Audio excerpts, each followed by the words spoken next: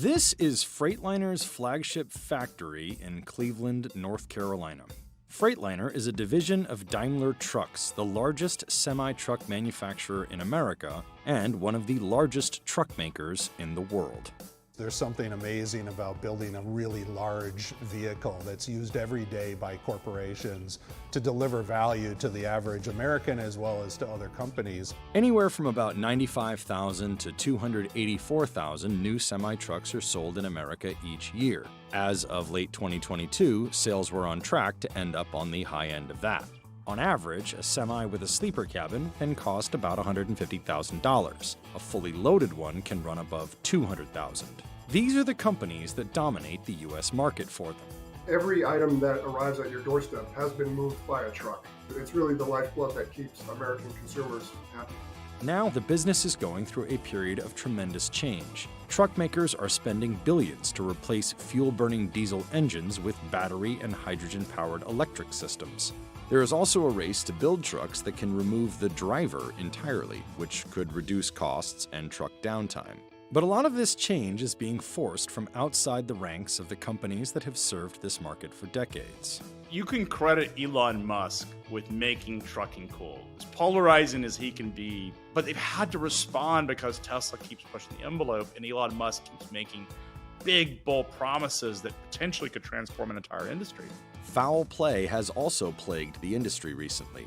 The founder of the once-hyped hydrogen fuel truck maker Nikola Motors has been convicted of fraud, and the prominent self-driving truck startup Too Simple fired its CEO over improper dealings with a Chinese firm.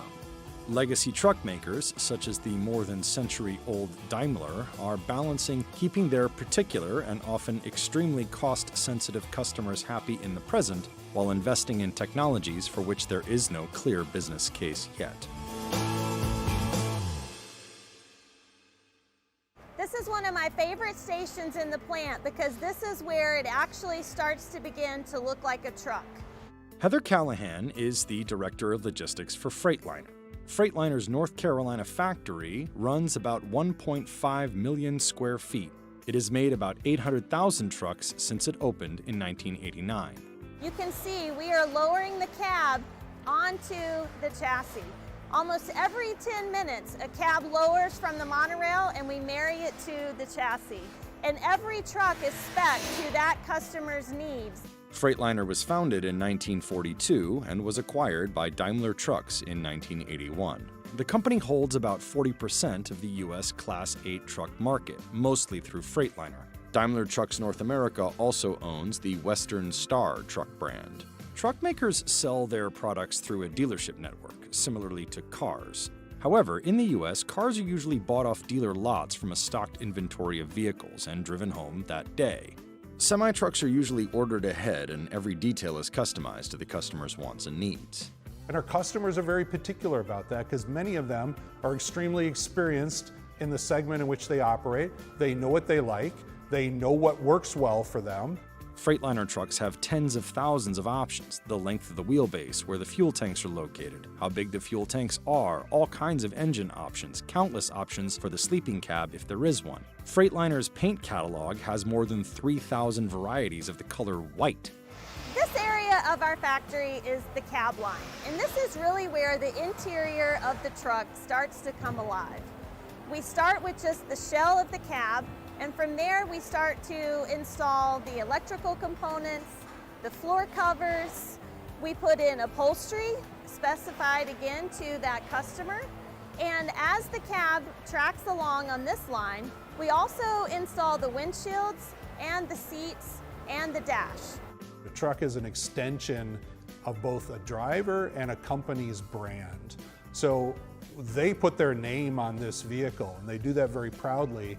And the truck that they're running says something about their company, and it says something to the driver that they've hired to drive it. Freightliner's parent, Daimler Trucks, pulled in sales of about $42 billion globally in 2021, a 10% jump from 2020.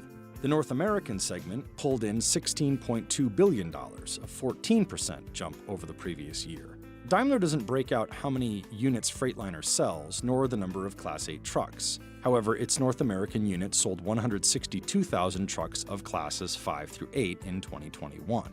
Class 5, 6, 7, and 8 trucks are medium to heavy-duty trucks that weigh 16,001 pounds or more. From 2020 through 2022, the conditions brought on by the COVID-19 pandemic caused freight demand to explode, while simultaneously severely limiting truck supply chains and manufacturing capacity. Since new truck inventories were so heavily limited, used truck prices skyrocketed to record highs. In 2019, a typical used truck about 4 years old would retail for about $50,000. At the peak of the COVID bubble, prices soared above $110,000. Demand for trucks is, I would say, unprecedented. We've seen an incredible demand going through COVID and continuing well into next year. That demand actually exceeds our capacity, and it exceeds the capacity of the entire industry. Industry reports in November noted that sales were declining from the record sales seen in September of around 55,000 units. The commercial vehicle industry is highly cyclical. Demand ramps up and then it tanks. The cycles are not necessarily predictable. Customers for trucks new and used are trucking companies, and they come in two basic types. There are fleets which are buying several trucks, sometimes even 100 or 1,000 at a time. As of June 2022, there were just over 1 million trucking companies in the United States. More than 95% of those companies run no more than 10 trucks. There are also owner-operators, independent truck drivers, who often own their own company and their own truck. These customers can spend as much as $200,000 or more on a truck, speccing it out and personalizing it to their tastes, with plush interiors, flat-screen TVs, and wood trim in the sleeping cabins. Unfortunately, that's a small and probably shrinking portion of the industry, but it's the backbone. That's the soul of the industry, is the owner-operator with a long and tall, chromed-out truck who spends a couple of weeks on the road, doesn't get home very often. Sometimes he lives in the truck, that is his home. Large fleets make up the vast majority of truck purchases in any given year. About 90% or more of the trucks sold are often called aerodynamic trucks because they are built to maximize aerodynamic efficiency on the highway.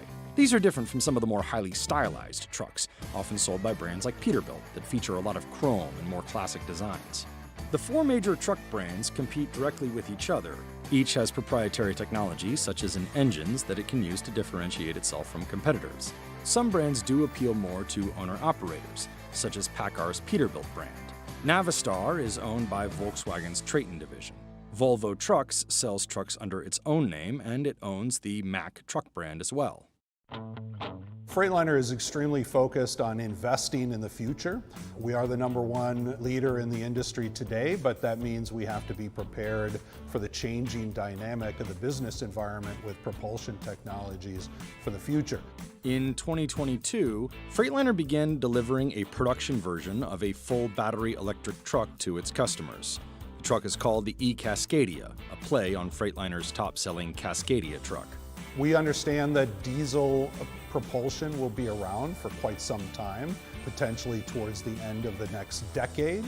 But regulations and different types of statutory requirements are pushing, rightfully, zero-emission vehicles, and we want to be fully prepared to be able to offer that technology in the marketplace. While there are uses for fully electric trucks, as in last-mile delivery, some industry analysts are skeptical fully electric trucks can work in long-haul trucking.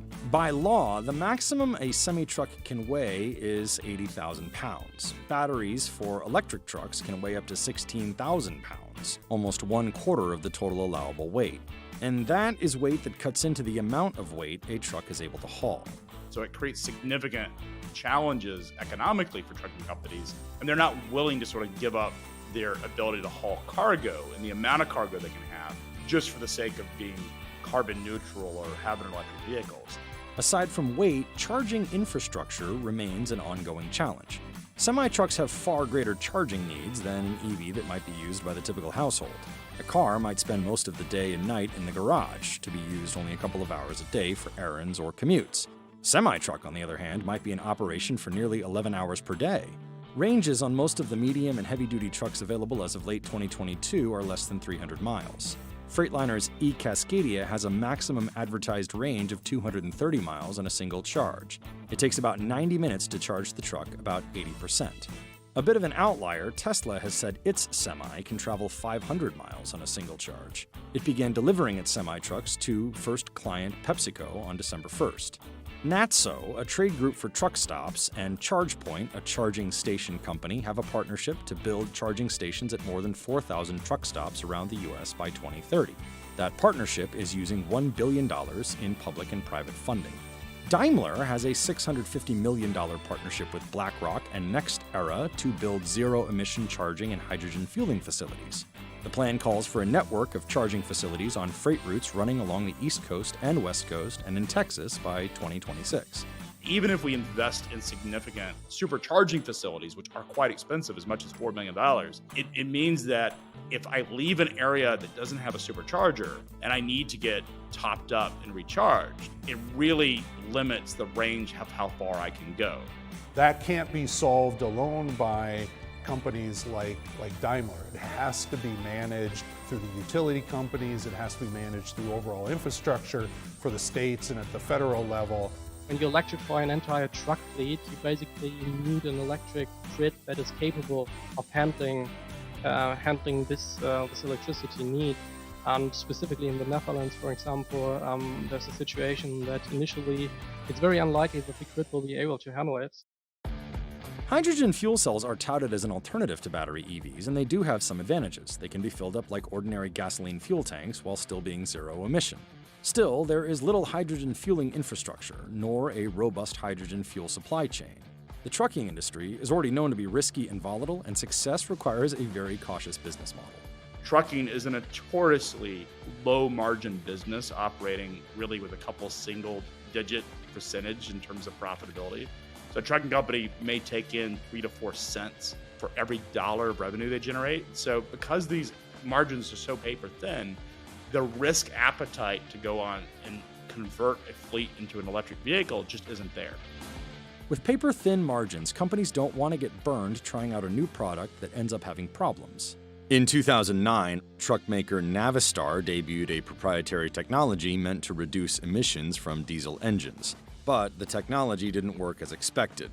Navistar faced lawsuits, including a suit from the SEC, and lost about $4.7 billion between 2012 and 2016.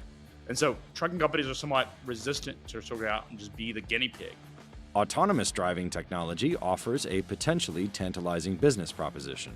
For the fleet operator, a truck is a sort of investing good. It needs to earn money. And when you look at the cost distribution for a fleet operator, roughly 30% of the total cost of ownership is represented by the truck driver. So getting the truck driver out of the equation is basically a big opportunity to earn money, to bring total costs down. Now, further degrees of autonomy are more of a longer-term situation, mainly because of the regulatory situations, as well as the need to have somebody control the truck once it gets off the highway. You still need to have somebody alert in the cab at all times. And when you take that exit ramp off the highway, then a person will probably need to be in control. These are unproven, untested technologies, and trucking companies don't have a whole lot of disposable cash. The road to autonomous drive is clearly set. I think that is also something that every truck OEM is currently working on, either in-house or in cooperation with the third parties.